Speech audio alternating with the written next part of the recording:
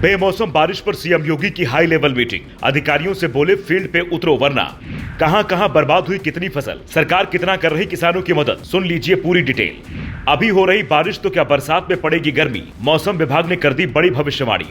UP के कई शहरों में आंधी बारिश का प्रकोप बीते कई दिनों से जारी है, जिसकी वजह से कहीं पेड़ गिर रहा है तो कहीं सड़क धंस गई है। यहां तक कि किसानों की खड़ी फसल भी बर्बाद हो चुकी है। एक एक जिले में लाखों का नुकसान हुआ है।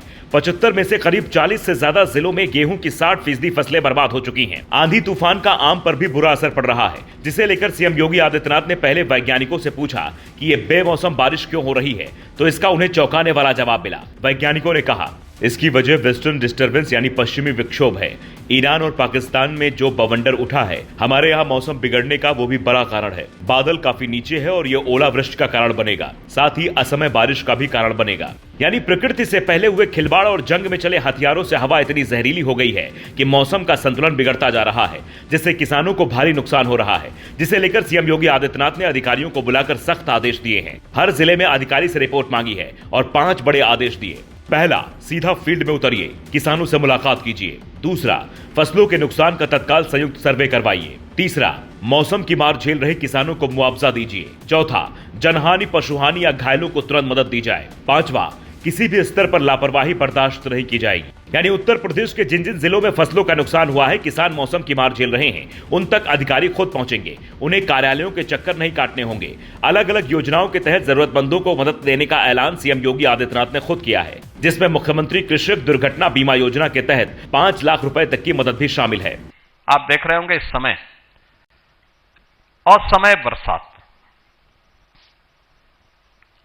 बरसात, अतिवृष्टि, ओलावृष्टि, आंधी तूफान के कारण खड़ी फसल पूरी नष्ट हुई है।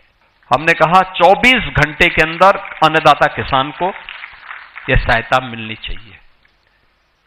पशु हानि पर भी राहत कोष से यह राशि इसको तत्काल उपलब्ध हो जाए। अगर किसी किसान का या किसी नागरिक का आवास अग्निकांड की चपेट में, तूफान की चपेट में, अतिवृष्टि या ऐसी किसी चपेट में आ गया, तत्काल उसके लिए मुख्यमंत्री आवास योजना में एक आवास उसको उपलब्ध करवाने की कार्रवाई भी करें। अतिवृष्टि, ओलावृष्टि के कारण जो नुकसान हुआ है, स्वाभाविक रूप से बीमा कंपनियां सर्वे करेंगी, अपने अनुसार देंगी, पूरा नहीं दे पाएंगे।